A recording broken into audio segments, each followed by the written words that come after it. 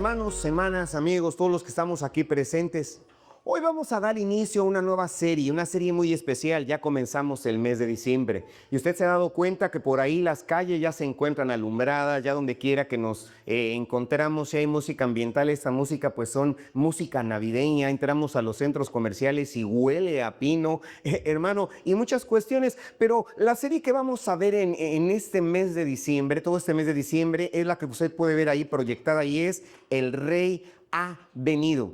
Y durante todo este mes nos vamos a unir como iglesia, fíjese bien, como iglesia, para poder contemplar una de las verdades más gloriosas. Présteme atención, de las verdades más gloriosas del Evangelio. ¿Cuál es esta verdad tan gloriosa? Que Dios cumplió sus promesas. Sí, hermano, que Dios entró en la historia. Vamos a celebrar, hermano, que Dios vino a nosotros en la persona de Jesucristo. Es lo que vamos a estar celebrando, vamos a estar conmemorando y viendo, hermano, en este mes de diciembre. Y en medio de un mundo que cambia constantemente, donde, hermano, hermana, amigo, la incertidumbre, las sombras parecen crecer porque esto se está volviendo muy cotidiano y realmente se está incrementando. Hermano, a veces es bien sencillo olvidar lo que realmente es Navidad. Si usted se fijó en los cantos, ya los fondos fueron navideños y la gente pierde el sentido de lo que es la Navidad. Las calles se visten de luces. Hermano, los platillos se comienzan a preparar y a hacer muchos preparativos, pero hermano, se olvida de lo que es la Navidad, porque la Navidad no es una temporada decorativa. Escúcheme bien. La Navidad no es una temporada decorativa, hermano, la Navidad es una declaración divina y en este mes vamos a hablar de esto, de esta declaración divina. ¿Cuál es esa declaración divina? Que el Rey ha venido. Eso es Navidad. El Rey ha venido, hermano. Que la luz irrumpió en las oscuridades tan densas del pecado y de la muerte. Que la esperanza realmente no es un villancico, no es un canto infantil. La esperanza realmente no es un deseo. La esperanza, hermano, hermana, no está en un aguinaldo, en un fondo de ahorro. La esperanza está en una persona y esa persona se llama Jesucristo. Bendito sea Dios para siempre. Entonces, en cada una de las 4 predicaciones que vamos a estar exponiendo durante este mes de diciembre, vamos a meditar en aspectos diferentes del nacimiento de Cristo Jesús, de su anunciación, no como un acontecimiento aislado que solamente ocurrió en diciembre, porque hay quienes debaten y dicen si el cristianismo debiera o no debiera celebrar o conmemorar la Navidad. Lo que yo sé, hermano, no es si Jesucristo nació en diciembre, si hacía, hermano, mucho frío o tantas cosas que se han agregado como cultura o costumbre, pero lo que sí sé, la certeza que tengo porque la Biblia me testifica es que Jesucristo nació. Sí, es que Él nació y hermano, todo esto me lo da la Escritura, me lo enseña la Escritura y hoy comenzaremos con esta primera verdad. La primera verdad es que Jesús es la luz prometida a un mundo en tinieblas. Hermano, entonces, antes de que existieran las luces navideñas que colgamos quizá en nuestra cochera, que pone quizá en sus ventanas, antes de que se comenzaran a componer cantos navideños o villancicos, como usted le llame, antes de los acostumbrados pesebres, hermano, hubo una promesa. ¿Sí? Antes de todo esto, antes de cada una de las cosas que te mencioné, hubo una promesa que muchos siglos antes, y esta promesa justamente está en la lectura que dimos a un principio, que es en el profeta Isaías, y es una promesa que está dirigida a una nación, a un pueblo que ya está muy cansado, a un pueblo, hermano, que está oprimido, que está confundido, a un pueblo que está como nosotros. Y no nada más, cuando digo nosotros, no me refiero necesariamente a los cancunenses, no solamente a los mexicanos, sino a la gente actual en toda la redondez de la tierra. ¿Qué pasa, hermano, hermana?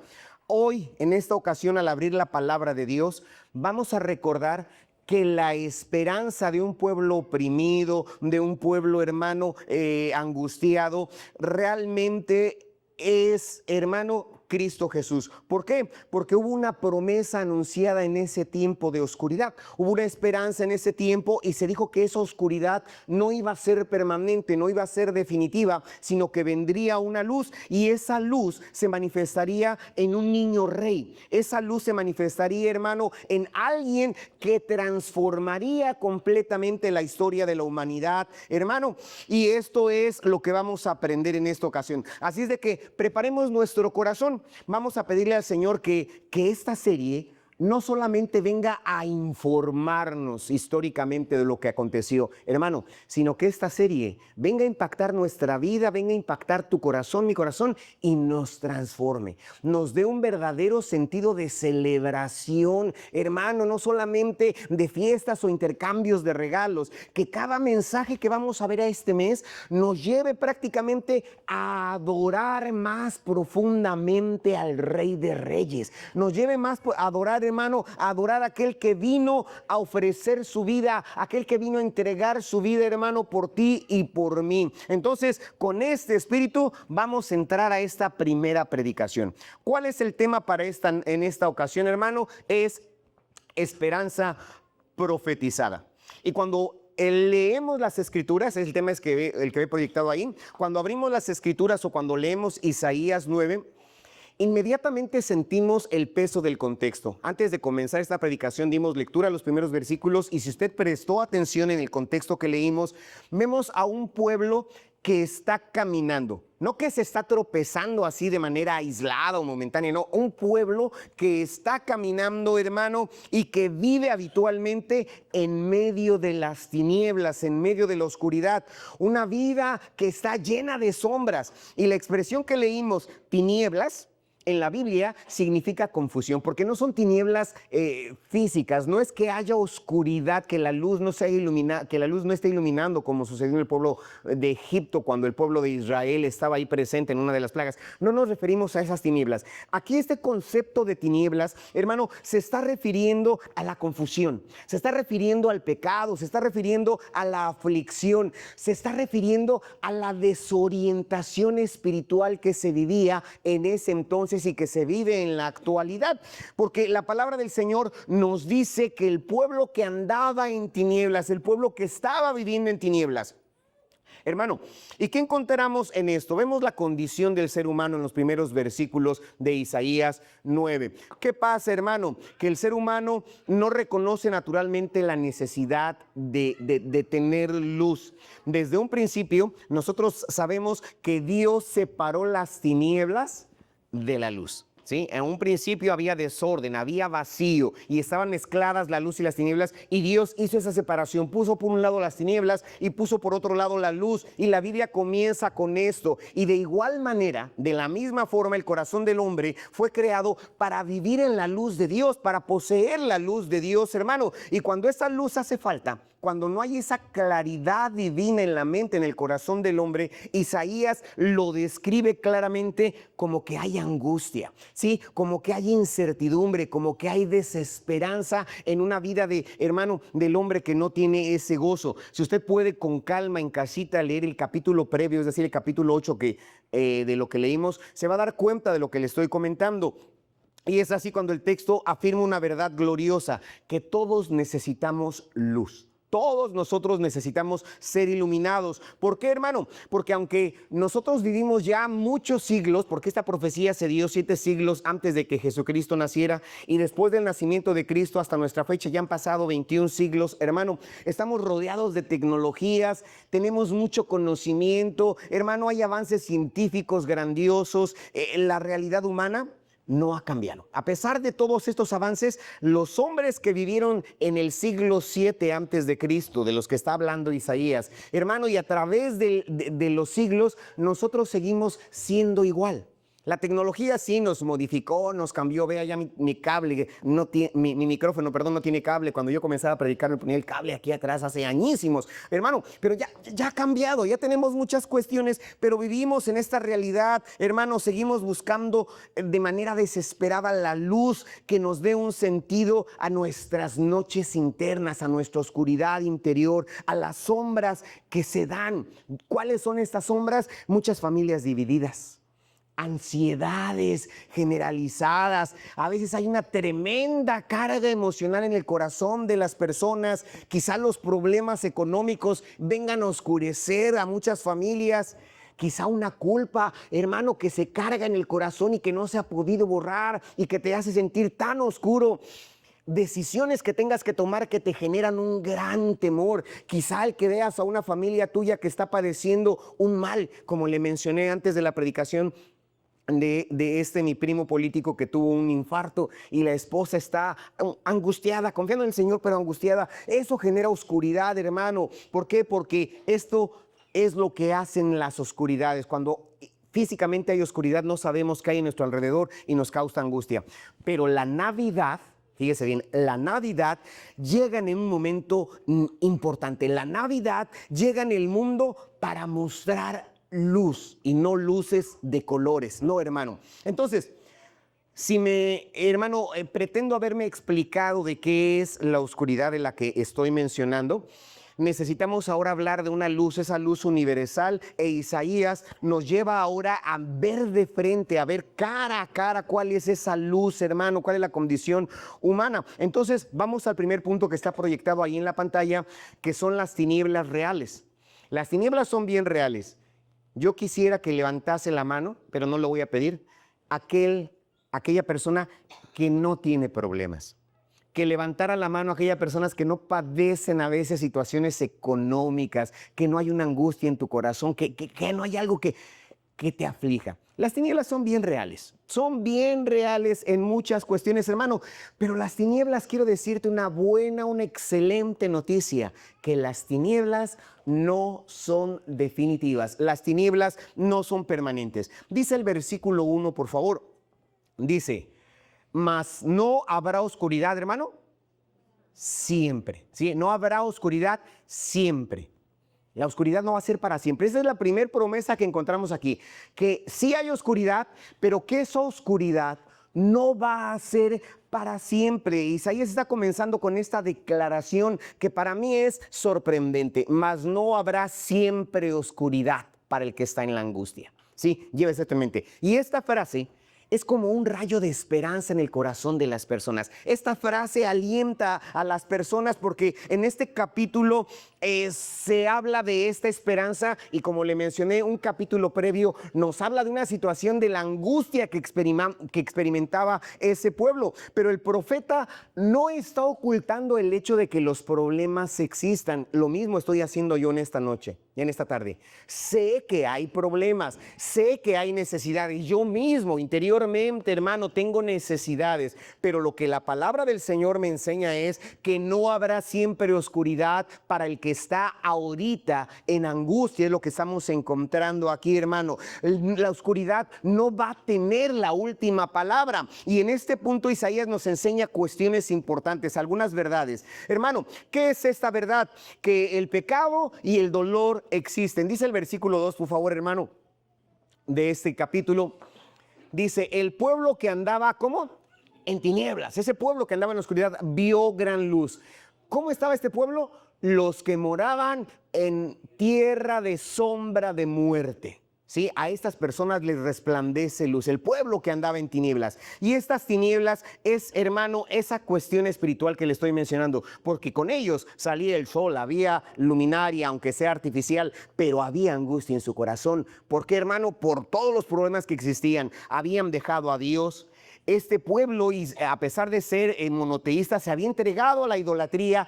Estaban bajo la amenaza extranjera, hermano, de ser sitiados.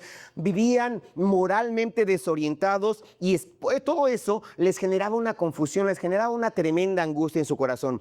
Y la Biblia usa frecuentemente la palabra oscuridad como un lenguaje para describir la vida sin Dios. Cuando una persona está alejada de Dios, se dice que vive en oscuridad. Cuando una persona no ha aceptado a Cristo Jesús, la Biblia lo tipifica como una persona que anda en las tinieblas.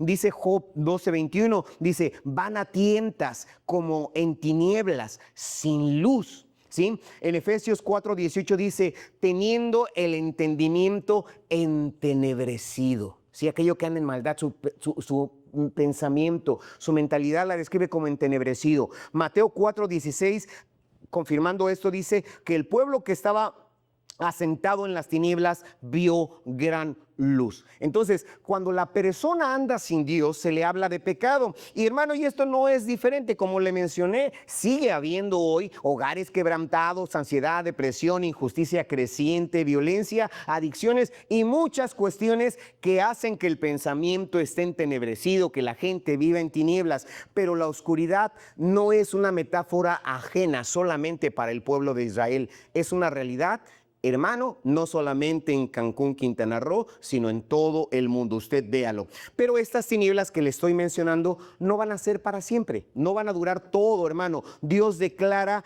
y decreta un fin para esta oscuridad. Dice, mas no habrá oscuridad para siempre, para siempre. El pueblo que estaba en tinieblas vio gran luz. Es decir, está profetizando esto. E Isaías nos dice que el pueblo salió de las tinieblas, pero este pueblo no salió de esa tiniebla espiritual, moral, interior por sí mismo. No fueron ellos quienes decidieron, no, hermano, porque la luz viene del interior hacia el exterior, ¿sí? Es así, la luz es de nuestro interior hacia el exterior. Es lo que la palabra de Dios nos muestra. La luz, hermano, realmente viene de Dios, y esto de que la luz venga de Dios es un acto completamente soberano. Dios así lo decidió. Porque la frase hebrea que encontramos y que se utiliza aquí por Isaías nos habla acerca de una intervención divina. Es Dios quien provoca que esa luz venga. Así es que algo que nosotros no podemos producir, Dios lo puede hacer. Esa oscuridad que no podemos despejar, no podemos ahuyentar, no podemos disipar, Dios la puede hacer. Y esto nos enseña, hermano, que Dios ve nuestra condición. De todos los que estamos aquí en el auditorio esta tarde, Dios ve nuestra condición, nos conoce por nombre. Nos enseña que Dios no es indiferente a la tiniebla, a la oscuridad que hay en el corazón del joven, en el corazón de la mamá, en el corazón del padre de familia. Dios conoce cada una de estas tinieblas, y lo más glorioso es que Dios no es indiferente, Dios lo sabe, y lo más glorioso es que Dios interviene. Que en el corazón de cada uno de los presentes e incluso de los ausentes y de todo el mundo, Dios interviene a esta oscuridad. ¿Por qué? Porque Dios viene a traer una luz que va a disipar todo esto. Entonces, en la Biblia, cuando Dios dice, no habrá siempre estas tinieblas, significa que Dios decide actuar, que Dios toma la iniciativa para intervenir. Hermano, entonces, esta luz viene aunque la gente no la busque. Sí, viene aunque la gente no la busque. Isaías no está presentándonos a un pueblo que clame, que diga, Dios, ayúdanos. Está bien, nos está presentando a un pueblo que vivía en esa oscuridad, que vivía en todo lo que yo le mencioné, pero no era un pueblo arrepentido. No era un pueblo que doblase su rodilla y clamara a Dios, no. Pero pese a todo ello, hermano, Dios se presenta a este pueblo, y Dios envía la luz a esto. Y este es el corazón del evangelio de la Navidad, ¿sí? Este mes navideño, este es el corazón del evangelio de la Navidad, que Dios, aunque mucha gente piense que la Navidad es solo regalo, solo cuestión comercial, la Biblia nos enseña que el corazón del evangelio de la Navidad es esto, que Dios envía su luz, que Dios envía esa luz para disipar las tinieblas. Y la luz no viene a aquellos que lo merecen, porque realmente nadie lo merecemos, hermano.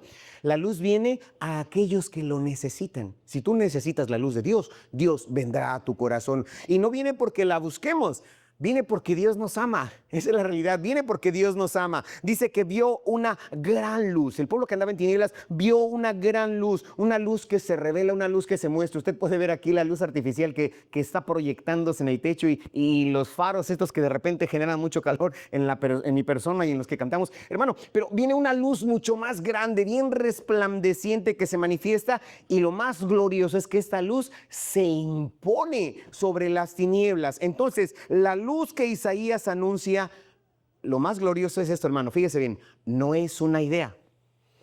Esta luz que Isaías está anunciando no es una filosofía, no es una emoción como actualmente se vive en las Navidades. Aquellos que no tienen el verdadero sentido de la Navidad se creen que son ideas, que son emociones. La luz que está mostrando aquí Isaías es una persona. Es una persona, y esa persona que vendría se llama Jesucristo. Sí, ese es su nombre. Entonces, hermano, hermana, amigo, reconoce tus áreas de vulnerabilidad. Yo reconozco las mías. Hay muchas áreas en donde necesito que la luz de Dios entre en mí. No podemos vencer lo que no admitimos. Reconoce que necesitamos de Dios. Isaías nos enseña a que no neguemos nuestra realidad. No neguemos nuestra realidad. Entonces, no te desanimes por la oscuridad que hay. Si hay oscuridad, la reconoces, pero Dios dijo, no habrá oscuridad para siempre, es lo más glorioso. Entonces, si la luz ya se manifestó, mantén tus ojos hacia esa luz, hermano, y no hacia las tinieblas. Ve hacia la luz, cree que Dios ya está actuando. Sí, 700 años antes de que Cristo mismo naciera, Dios comenzó a actuar y sigue obrando, sigue interviniendo de una manera gloriosa. Muy bien, entonces, ahora que Isaías nos ha mostrado estas realidades que te mencioné, que la oscuridad humana y de la certeza de que esta oscuridad no sería para siempre, el profeta viene a preparar algo para revelar, hermano, ¿cómo viene esa luz? Ahorita vamos a ver cómo es que viene esa luz, porque creo haber despertado en ti ese interés por esa luz. ¿Cómo es que viene esa luz? Y lo más glorioso, aparte de cómo viene, es saber quién trae esa luz. Entonces, la respuesta es sorprendente. La luz no viene de un evento, la luz viene de un niño rey que es enviado desde el cielo. Y es aquí donde pasamos al punto número 2. ¿Sí? La luz prometida es un niño rey. Dice el versículo 6, por favor, hermano. Porque un niño nos es nacido, hijo nos es dado, y el principado sobre su hombro, y se llamará su nombre admirable, consejero, Dios fuerte, Padre eterno, príncipe de paz. Entonces, después de que Isaías nos habló de las tinieblas, ¿qué es lo que hace? Coloca en el centro de esta escena a un niño. Si en medio de esta oscuridad y diciendo que no habrá oscuridad, coloca a un niño. No coloca a un general, no coloca a un caudillo, no coloca a alguien temible o hermano. ¿Qué es lo que coloca? A un niño rey. Coloca a un niño rey. Y la esperanza que Dios da al mundo de sombras no es un sistema, es, hermano, una persona. Dice, un niño nos es nacido. Subraya una cosa, que esta persona, una realidad humana. ¿Cuál es esa realidad humana del Mesías? Hermano, que no solamente es un espíritu sin cuerpo, no es una ley, no es una fuerza impersonal como muchos lo han tratado de manifestar, es un niño real. Un niño que nace, un niño que siente, un niño que llora, un niño que sufre. Y aquí vemos una encarnación anticipada. La Navidad es eso, la natividad. Vemos la encarnación anticipada porque Dios no se queda observando de lejos la oscuridad, como ya te mencioné. Hermano, ¿qué pasa? Dios entra a esa oscuridad. Entra a esa oscuridad. Hermano, Dios nace en medio de esa oscuridad y asume nuestra condición humana. Hermano, a excepción del pecado, asume nuestra condición porque dice la palabra de Dios que el Verbo se hizo carne y habitó entre nosotros. Pero la única diferencia es que no tiene pecado. Entonces, Dios no nos entiende solamente desde arriba. A veces en las empresas, los que tienen puestos altos o ejecutivos ven la situación desde su perspectiva ejecutiva, pero no desde su perspectiva operativa. Nosotros como padres quizá vemos la situación, hermano, de una forma y nuestros hijos, hablando un poquito de jerarquías, la ven diferente, la entienden diferente. Bueno, Dios no ve esa oscuridad de la tierra solamente desde el cielo y desde ahí pretende solucionarlo. No, ¿qué es lo que hace, hermano? Dios viene a conocer el dolor. Dios viene a conocer la pobreza porque se humanó en un humilde pesebre. Dios viene, hermano, a experimentar en su persona la injusticia misma. Por eso es que el libro de los Hebreos, el autor a los Hebreos dice que tal sumo sacerdote nos convenía. Que un sacerdote que se puede compadecer de nuestras debilidades. ¿Sientes que has sufrido? ¿Sientes angustia? ¿Has sentido carencias? Créelo, el Señor también sufrió.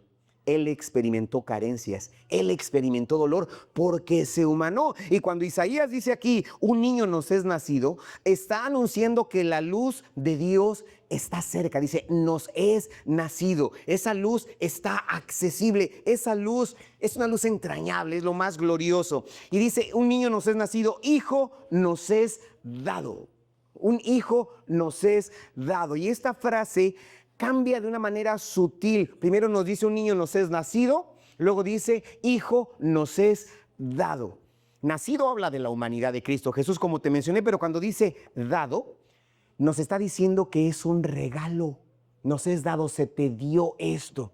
Sí, fíjate, entiéndelo. Es algo que no lo merecíamos, no lo esperamos, no lo pedimos, pero te lo di porque quise dártelo. Eso es lo que se llama la gracia y es el regalo de Dios. Ese, hermano, ese don, ese regalo que estamos teniendo. Y realmente esto no es el resultado de los méritos humanos, porque humanamente no lo merecemos. Todos pecamos, todos estamos destituidos de la gloria de Dios. Hermano, no es el fruto del esfuerzo religioso. Qué bonito cantaron las hermanas, qué bien tocaron los hermanos. No es algo que merezcamos y que nuestros cantos hagan que la gloria de Dios descienda. No, realmente nosotros no podemos forzarlo. Hermano, la Navidad nos recuerda que esto es iniciativa de Dios. La Navidad es iniciativa de Dios. ¿Cuál es la iniciativa de Dios? Que Él entrega a su Hijo al mundo. Él permite que su Hijo se encarne, hermano. Y esto nos debe de llevar a pensar que no lo merecíamos. Realmente nosotros merecemos juicio, necesitamos castigo. La paga del pecado es la muerte y es lo que nosotros merecíamos. Hermano,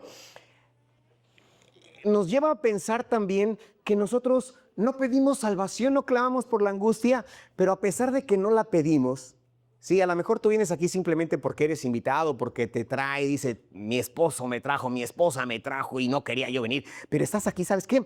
Aparte de todo esto, es algo que aunque no lo pidamos, Dios nos lo ofrece. Dios nos lo da. Hermano, y lo que yo puedo ver aquí es que no es que Dios haya obligado al Hijo a venir a encarnarse, a humanarse, a vestirse de hombre en la tierra, sino que voluntariamente Él decide, por amor a nosotros, de manera voluntaria, venir a encarnarse, venir a hacerse presente. Entonces, la esperanza no depende de lo que tú logres hacer, no, sino depende de lo que Dios nos quiera dar. ¿Y sabes qué? Dios quiere darte vida y vida en abundancia. Bendito sea su santo nombre. Pero aparte de eso, dice que un niño nos es nacido, hijo nos es dado, dice, y el principado sobre su hombro. Quizá esta frase para algunos no le haga sentido porque nosotros ni somos sirios, ni somos hebreos y no vivimos en el siglo 7 antes de Cristo. Hermano, pero quiero decirte que históricamente en aquellos tiempos las personas con poder, las personas con autoridad, con un rango, en su vestimenta siempre les ponían en sus hombros una insignia que representaba esa autoridad. Yo no sé si usted se ha dado cuenta, mi cuñada es enfermera y creo, no sé si por aquí hay alguna otra enfermera, pero en las cofias les ponen ciertas rayitas, no sé cuántas. Dicen que sí. Esas rayitas en las cofias indican el rango. En la milicia, ¿dónde está mi hermano Ismael? Mi hermano Ismael también sabe estas cosas, ¿no? Yo no las sé, pero esas marquitas que a veces les ponen aquí indican esa autoridad. Eso es en la actualidad. Bueno, en los tiempos pasados, en el hombro, acá, en el hombro, se le ponían esas insignias, esas prendas de autoridad y dice el principado sobre su hombro, que ese niño que iba a nacer, ese hijo que se iba a dar, dice el principado sobre su hombro. Es decir, hermano, que va a venir con autoridad, va a venir, hermano, con una buena posición y va a traer un gobierno. No solamente va a traer palabras de ánimo, no solamente va a traer buena voluntad, sino que va a venir con autoridad, una autoridad para ordenar, una autoridad para restablecer, una autoridad para cambiar. Es lo que está profetizando Isaías, que este niño no solamente venía a acompañar el sufrimiento humano, no, viene a reinar sobre la misma humanidad. Sí, esta es la Navidad. Entonces, ¿qué implica esto para mí, para ti, hermano? Que Cristo reina. Sí, que Cristo reina. Las tinieblas pierden terreno ante este niño que es nacido, ante este hijo que es dado, hermano. ¿Por qué? Porque su gobierno, el que él viene a reinar, su gobierno es justo, santo, sabio, eterno y muchas características más respecto a todo ello. Entonces, cuando alguien acepta a Cristo Jesús, no solamente acepta esa pequeña humanidad presente en un pesebre, sino que aceptamos también su poder. Aceptamos también el poder que Él tiene para consolar, el poder que Él tiene para redimir, el poder que Él tiene para transformar, para cambiar la vida. Por eso es importante que rindamos nuestra vida a Él, por lo más glorioso. Y fíjese bien, ahí trae una lista, dice, llamará su nombre, y trae varios nombres de este niño que nos es nacido, de este niño que nos es dado. Dice que es admirable, o sea que es algo que causará asombro, que rebasa las expectativas humanas. Será consejero, aquel que te guía, aquel que nos orienta, que nos dice cómo actuar, porque Israel estaba lleno de malos consejeros. Hermano, hermana, yo no sé si usted sabe, por ahí dentro de las redes sociales, uno de los gobiernos asiáticos estipuló que cualquiera que quiera difundir en las redes sociales una área especializada tiene que comprobar que realmente es especialista en lo que se dice que va a hablar. Hermano, y aquí nuestro Señor nos está diciendo que Él va a ser, hermano, un buen consejero, que nos va a aconsejar bien, porque pueden existir muchas personas que digan, yo te puedo decir, y aunque no sepa, nos está quizá diciendo tu compañera de la escuela, o tu compañero del trabajo, tu compadre, tu comadre, y te dicen, no, ya déjalo, no, ya vete, ¿para qué sufres? Malos consejos, malos consejos, ¿sí? Pero aquí dice, va a ser un consejero, el que te guía, el que te orienta, porque Jesús es el consejero perfecto. Su sabiduría es superior a cualquier otra, sus caminos son mejores, hermano, porque hay caminos que al hombre le parecen perfectos, pero sus fines son fines de muerte. Muy bien, entonces, en lugar de buscar primero el consejo de los demás, hermano, vengamos al consejo de Cristo. Aparte de ello, dice que va a ser un Dios fuerte. La Navidad siempre nos presentan a un pequeño bebé. A veces, hasta en las figuras que se presentan, nos lo ponen en un humilde pañalito, así bien frágil. Pero la Biblia me dice que este niño que nos es nacido, ese hijo que nos es dado, va a ser un Dios fuerte, hermano, un Dios poderoso. Sí, indistintamente de eso. Es ese Dios que une a la humanidad, ese Dios, hermano, que en su omnipotencia divina tiene esa fortaleza para salvar, tiene esa fortaleza para sostener, esa fuerza para romper las cadenas, esa fuerza para vencer las tinieblas. Por eso dice que es un Dios fuerte. Entonces, cuando tú digas, ya no puedo más, porque hay ocasiones que nos sentimos tan débiles, tan insuficientes, tan incapaces, que decimos, ya no puedo más. Ya no puedo más, voy a tirar la toalla, o coloquialmente voy a colgar los tenis. Acuérdate que este niño que nos es nacido es Dios fuerte, suficiente para ayudarte. Aparte de ello, se dice que es Padre eterno, es decir, ese rey que va a gobernar con un corazón paternal. Sí, con un corazón paternal, un cuidado especial, hermano. Un padre protege. La naturaleza paterna, la verdadera y correcta naturaleza paterna, es ese padre que protege, que disciplina con amor, no para destruir. Un padre que provee, que trae a casa, hermano. Un padre que no abandona. Y aquí nos dice que este niño va a cuidarnos con ese sentido paternal. Entonces, en este mundo donde hay una tremenda orfandad espiritual, me estoy refiriendo a la parte espiritual, aparte de la orfandad biológica o familiar. Hermano, en este mundo donde hay muchas familias rotas, mucha desconfianza, Jesús viene con un gobierno marcado de ternura y de permanencia. ¿Es fuerte? Sí, pero esa fortaleza, ese consejo que te va a dar, lo va a hacer con amor, porque nos ama como el Padre ama a sus hijos. Entonces, aunque muchos proyecten esa experiencia paterna terrenal, hermano, Dios es superior a todo esto. Aparte de Padre eterno, termina esa lista de nombres como Príncipe de Paz. Donde Cristo entra, entra la paz. Si donde el Señor entra, entra una paz, hermano. Y no es una paz superficial, porque acuérdese, la paz no es ausencia de conflicto. La paz no es ausencia de problemas, hermano. La paz es la reconciliación con Dios. Esto es la verdadera paz. La paz es ese sentimiento interior que me permite estar confiando aunque el mundo en mi exterior se esté convulsionando, pero yo puedo vivir tranquilo. Pueden caer 1000 a mi derecha, 10,000 a mi izquierda, pero nosotros confiamos que estamos seguros en las manos de Dios. Hermano, es una paz con nosotros. Jesucristo mismo dijo, mi paz te dejo, mi paz te doy. No como el mundo la da, yo te la doy. Es una paz bien diferente. Entonces, su paz, hermano, es la presencia de Dios en medio de los problemas, en medio de las angustias, porque como vimos, no se niega la realidad de los problemas o del pecado, sino es la presencia de Dios en medio de ellos para, hermano, tener esta confianza. Hoy por hoy todos buscamos o procuramos la paz. Quizá algunos la busquen en el dinero, la busquen en el entretenimiento, quizá otros tantos lo estén buscando, no sé, en el reconocimiento del control y muchas cuestiones. Pero la realidad es la que declara aquí Isaías. Hermano, que la paz viene en ese regalo que Dios nos da, en ese niño que nos es nacido, y es lo más importante.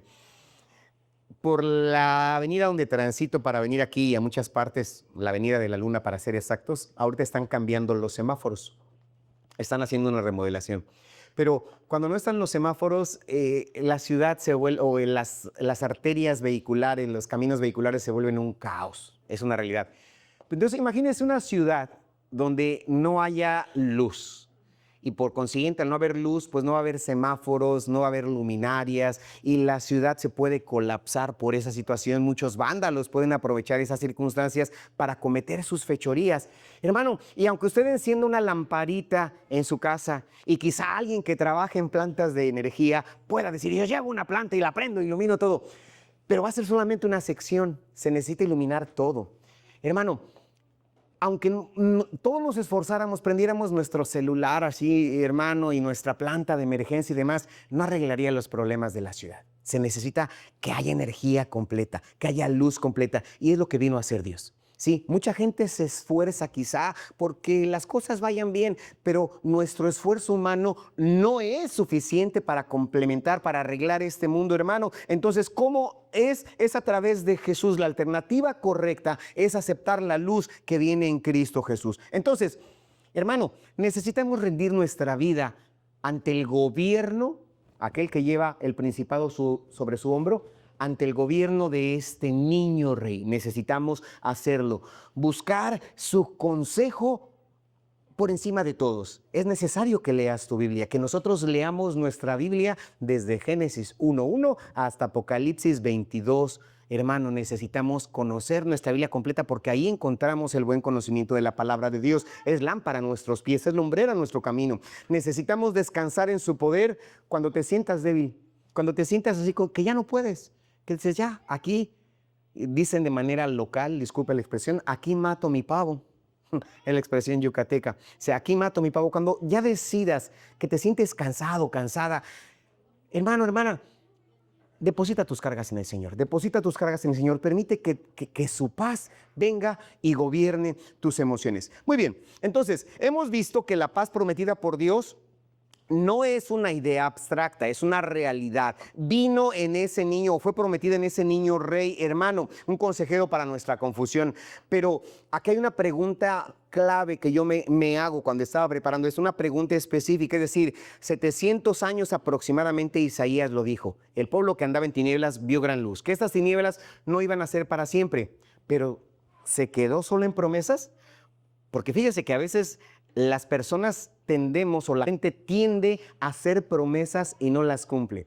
Dicen, no, ahora con el aguinaldo te voy a arreglar la cochera. Llega diciembre, luego llega enero y la cochera sigue igual. Me dice, no, ahora que pasa esto. Y comenzamos a prometer cosas y no las cumplimos, no las hacemos. Y aquí vemos 700 años, 750 años antes de que naciera Jesucristo, que Dios está prometiendo que esas tinieblas no serían para siempre. Entonces, ¿cuándo y cómo se cumple esta profecía que estamos viendo, que le estoy diciendo de ese pueblo que andaba en tinieblas? Y el Nuevo Testamento nos da respuesta a esta pregunta, a este cuestionamiento. ¿Cuándo se da cumplimiento? En una noche. ¿En dónde? En Belén de Judea. ¿Cómo es que sucede, hermano? Que el Verbo se hizo carne. Permítame pasar al tercer y último punto de este sermón. ¿Cuál es?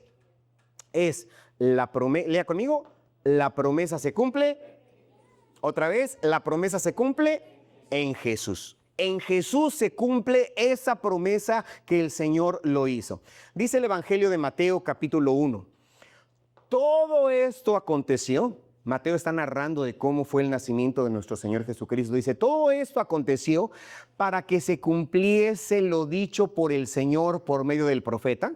Yo abriría ahí un paréntesis y pondría Isaías, cuando dijo, versículo siguiente, he aquí, una virgen concebirá y dará a la luz un niño y llamará su nombre Emmanuel, que traducido es Dios con nosotros. Entonces, Isaías profetiza que vendría un niño, que se nos daría un niño, que el pueblo que andaba en tinieblas vería una gran luz. Y aquí Mateo, hermano, nos está diciendo que esa luz ya llegó, que esa luz ya se manifestó. La profecía no solamente se quedó en el tiempo, hermano, antes de Cristo. No fue una poesía, no fue un buen deseo, no fue el ánimo, la buena voluntad de hacer las cosas. No, hermano, fue un cumplimiento real, ya sucedió. Es algo histórico, demostrable. Hermano, el Señor ya se encarnó.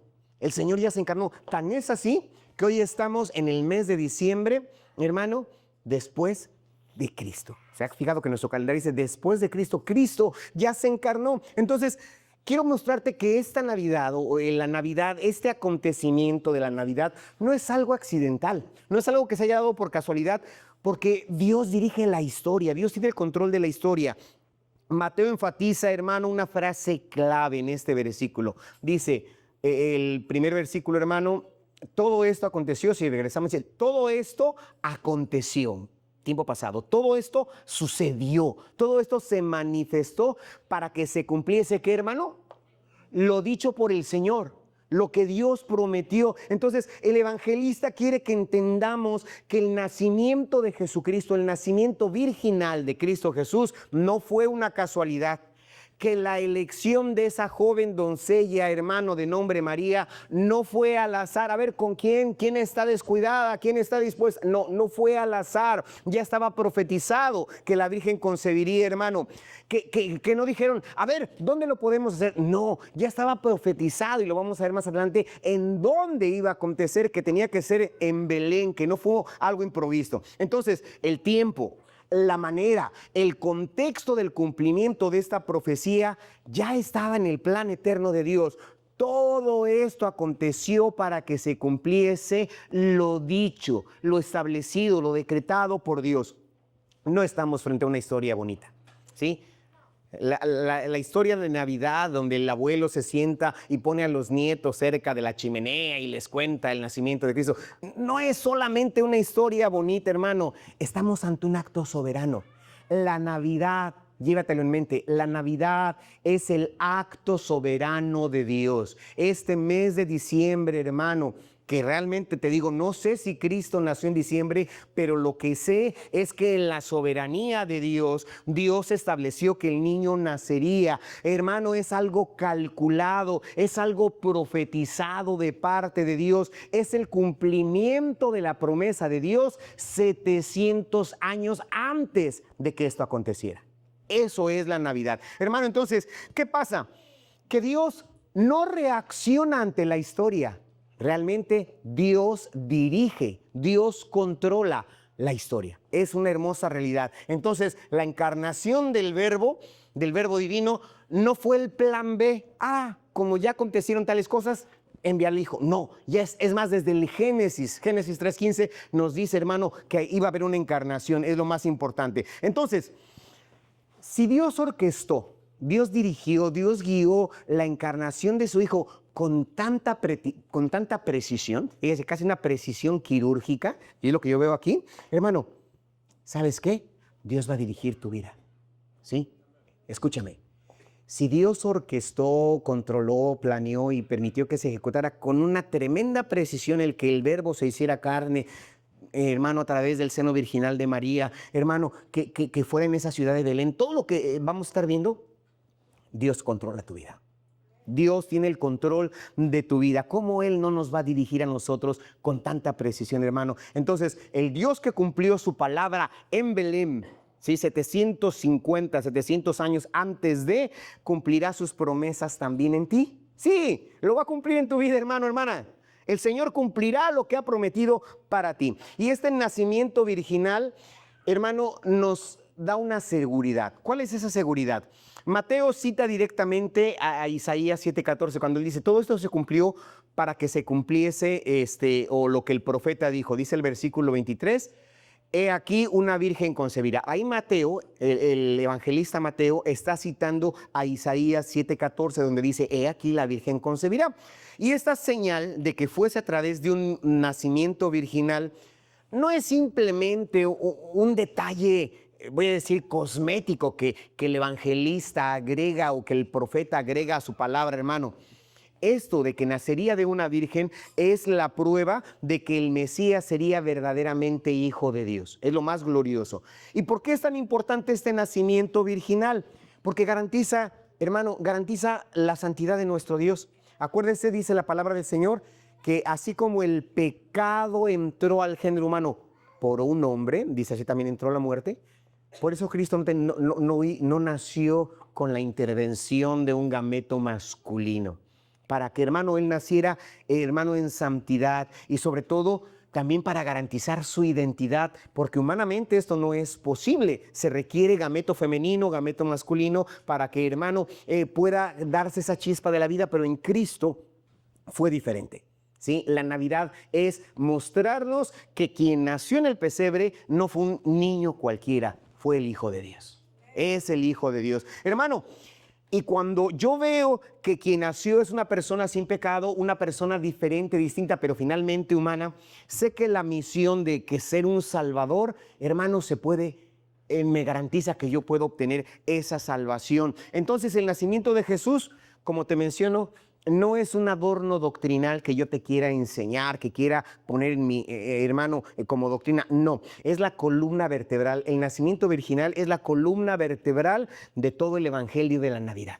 Sí, de todo el evangelio de Navidad. Un nacimiento virginal, hermano, porque si no hubiese habido eso, un nacimiento virginal, no hubiese habido sacrificio perfecto. ¿Sí? No hubiese habido un sacrificio perfecto. Y si no hubiese habido un sacrificio perfecto, ¿qué cree, hermano, hermana? No hubiese habido perdón suficiente. Y si no hubiese perdón suficiente, hermano, no tiene caso que estemos aquí. Vámonos a la playa. Vámonos. Sí, vámonos a la venta nocturna de las tiendas comerciales que hoy terminan. No tendría razón. ¿Pero por qué estamos aquí? Hermano, porque el Señor nació de una virgen, ¿sí? Y como nació un nacimiento perfecto, hizo un sacrificio perfecto, gloria sea su santo nombre. Y como fue un sacrificio perfecto, hermano, nosotros podemos tener perdón, gloria sea su santo nombre. Y como somos perdonados, tenemos gratitud en nuestro corazón y estamos aquí para exaltarle, bendito sea su nombre para siempre. ¿Por qué?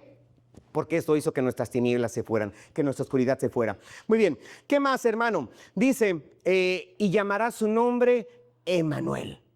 Y nos da la respuesta, ¿sí? Este nombre dice que traducido a nuestro español significa, ¿qué significa Emmanuel? Emmanuel significa Dios con nosotros. Entonces, cada palabra pesa en la Biblia. Cada palabra tiene un significado bien especial en la palabra del Señor. Entonces, Dios con nosotros es esa cercanía. Qué bonito es cuando sientes a la persona que amas cerca de ti, ¿no? Entonces, esa cercanía a tus hijos o al abuelito, a la abuelita que todavía está contigo y que tú quieres mucho y estás cerca de tu abuelita. En fin, se siente bien, es un apapacho en el alma, ¿sí? Pero, hermano, es más que eso, dice Dios con nosotros. Hermano, Dios no envió la luz desde lejos, sino que la envió a vivir entre nosotros. Dios en nuestra vida, hermano. Es esa identificación. Dice, no Dios en la tierra. No nada más es que vino del cielo y se quedó en la tierra. No, hermano, vino a la tierra, pero está cerca de ti, hermanita. Está cerca de cada uno de nosotros, está cerca de usted. Sí, Dios está cerca de nosotros, es lo más glorioso, pero está cerca de nosotros para salvación. Está cerca de nosotros para salvación, hermano. No solamente nos vino a acompañar, porque a veces, qué buena es la compañía, pero no solamente nos vino a acompañar, dice el Hijo del Hombre, dice Lucas 19:10, el Hijo del Hombre vino a buscar y a salvar. A buscar y a salvar lo que se había perdido, hermano. Entonces, Dios con nosotros es aquel que te acompaña para salvación, el que está presente aquí en la tierra para que tú puedas obtener esa salvación, que no la merecemos, que no la buscamos como ese pueblo que andaba en tinieblas, pero que Dios le envía para que tú y yo disfrutemos de esta plena salvación. Entonces, la encarnación no terminó, hermano, ni en la cruz, no terminó ni siquiera en la resurrección. Jesús resucitó y está sentado a la diestra del Padre intercediendo por nosotros, hermano, pero envía a su Santo Espíritu. Hoy, en esta época de gracia, en la época de la iglesia, Dios está presente, está con nosotros a través de su bendito Espíritu. Y es lo que debemos entender. Entonces, con esto, al leer yo, hermano, este evangelio, me doy cuenta que Dios cumple lo que promete. Me volteo de este lado y lo digo también. Dios cumple lo que promete. Tenlo en mente, Dios cumple lo que promete. Y si se esperó 750 años para cumplir su promesa, no es porque se le haya olvidado y ha hecho, ya pasaron 700 años que se cumpla. No, es porque, ¿sabes qué? El calendario o la agenda, o no sé cómo decirte, pero la agenda de Dios, el calendario de Dios, los tiempos de Dios son perfectos. Esos 700 años es porque Dios tenía algo que hacer, algo en mente, hermano. Y tu situación, que dices, ¿por qué mi vida no se arregla? ¿Por qué sigo padeciendo? ¿Por qué sigo viviendo entre esas tinieblas? ¿Sabes qué? En su momento, y quizá hoy sea tu momento de luz, Dios disipará esas tinieblas. Dios quitará toda esa oscuridad, hermano. Todo esto es simplemente ese tiempo que vives. No es que Dios se haya olvidado. Dios tiene promesas. Yo te dije, Dios tiene promesas y las cumplirá, hermano. Pero ese es un tiempo de preparación, de proceso para tu vida. Entonces es lo más glorioso. Debes de saber lo que Dios obrará en tu vida. No hay tardanza. Dios se manifestará. Hermano, aparte de ello, el Dios con nosotros no es para que lo tratemos como una idea religiosa y me cuelgue algo que diga es que para que Diosito me acompañe. No, no es de esta manera, hermano, no es un ejemplo moral. Al decir Dios con nosotros es la esencia de que debemos de rendirnos a Él. Si Él está conmigo, yo me voy a rendir a Él. La presencia de Jesús, hermano, lo que va a hacer es que va a enfrentar las tinieblas que hay en mi ser. Si es ese Emmanuel, ese niño que nació, es un Dios con nosotros, y si Él es la luz, porque leímos en Isaías que el pueblo que andaba en tinieblas vio gran luz, que esa luz, hermano, que no iba a ser para siempre, nos enseña que tú no enfrentas solo tus problemas, ¿sí? No enfrentas solo tus problemas. ¿Hay problemas? Sí, es cierto. Necesidades también, ya lo mencionamos, pero no los enfrentas solos.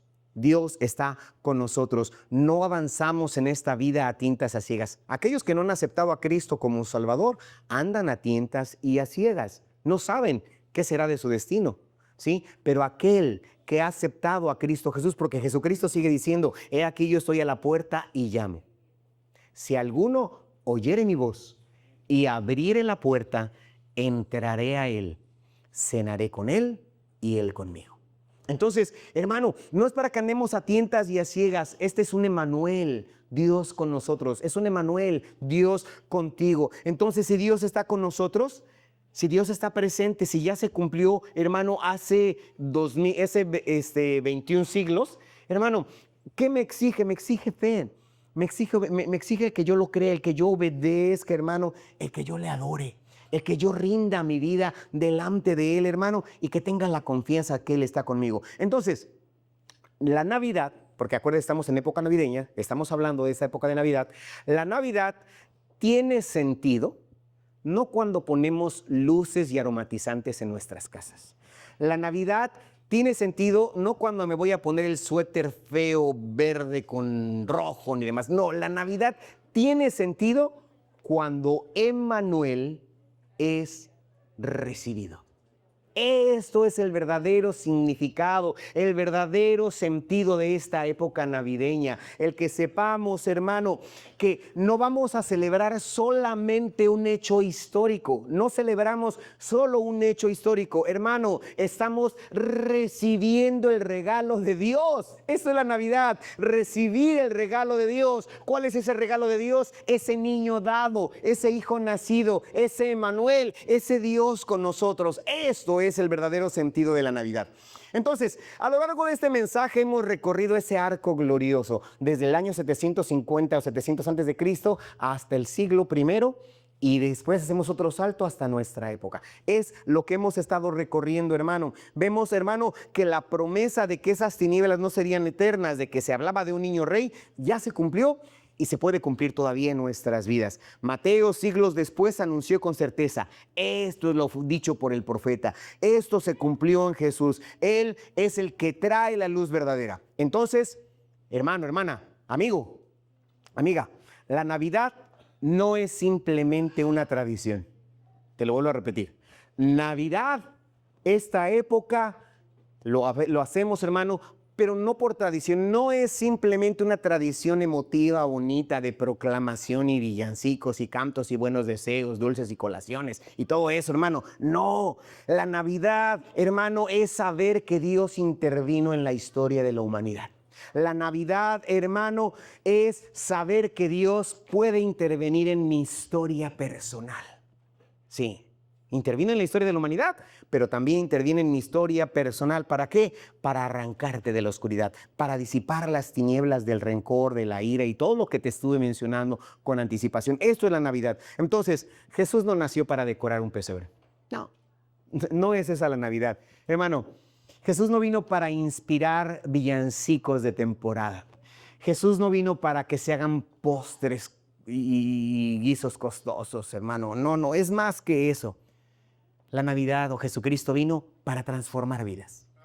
Este es el sentido de la Navidad, transformar vidas. Entonces, la pregunta que nos queda ahora, porque hay una pregunta, hermano, que nos queda ahora, es, ¿has permitido que esa luz llene tu vida? ¿Sí? ¿Has permitido? Porque a lo mejor si has cantado, ¿quién no ya comenzó a escuchar villancicos? ¿Quiénes ya decoraron su casa? ¿Sí? ¿Y hay casas decoradas? Sé que sí. La mía sí. Ya hay casas decoradas. Hermano, pero ya permitimos que esa luz prometida y cumplida entre nosotros, hermano. Él nos llama. Jesucristo nos llama, nos atrae. La Escritura dice, la luz en las tinieblas resplandece. La luz en las tinieblas resplandece. Y hoy esa luz es para todos nosotros. Esa luz, lo voy a hacer más específico, esa luz es para ti. Sí, para ti, hermano, para ti, hermana, para ti, amigo. Entonces, querido hermano, querida hermana, no basta con saber que la luz vino al mundo. Es bueno saberlo, pero no es suficiente.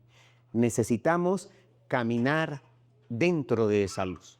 Tal vez hay áreas en tu vida en las que quizá haya oscuridad todavía o se hayan vuelto a oscurecer, heridas que no has entregado, decisiones que estás tomando sin el consejo divino, a pesar de saber que Él es consejero. Sí, quizás has tomado decisiones sin tomar el consejo divino, situaciones no gratas delante de Dios, ansiedad, culpa, quizá temor. Esas cosas, hermano, que te mencioné como oscuridad. Pero hoy el Señor nos dice, como le dijo a Isaías, la oscuridad no es para siempre. La oscuridad no es para siempre. El mismo Jesús que encendió la luz, el mismo Jesús que quitó, que disipó las tinieblas del siglo I, lo sigue haciendo en este siglo XXI, aquí, hermano, en Cancún, Quintana Roo. Entonces, te invito a renovar tu entrega a Cristo, hermano. Te invito a renovar tu entrega al Señor, a decirle, Emanuel, Señor, sé que estás conmigo. Señor, me hace sentido este nombre, sé lo que es la Navidad, sé que caminas conmigo y yo contigo. Y a los que nos visitan hoy o a lo mejor a quienes ya tienen tiempo visitándonos, pero que no han entregado su vida a Cristo, quizás has vivido mucho tiempo en tinieblas internas de culpa, vacío, desorientación, cansancio, sufrimiento y todo lo malo, todo lo oscuro. Pero la Biblia no te ofrece un camino más de una técnica. Esto no es un spa espiritual. Sí, no, aquí no es un spa espiritual. Lo que tenemos aquí es una persona y esa persona es Jesús, la luz del mundo. El mismo Jesús dijo, yo soy la luz del mundo y el que me sigue no andará en tinieblas, sino que tendrá la luz de la vida. Bendito sea Dios para siempre. Entonces, Él vino para eso, para darte vida, perdón, para darte esperanza. La luz que buscas no está dentro de ti. La luz que buscas viene sola y exclusivamente de lo alto. Viene de Dios. Entonces, hermano, dice la palabra del Señor, amigo, perdón, arrepentíos y creed en el Evangelio. Y este es lo que tenemos que hacer. Yo te invito a que tengas sentido de la Navidad. Primer domingo de diciembre, ¿sí? Hermano, que tengas un buen sentido de lo que es la Navidad, indistintamente si haya sido en diciembre o no, pero es época de saber, de tener en mente que Dios está conmigo para disipar las tinieblas. Vamos a ponernos sobre nuestros pies en esta hora, por favor.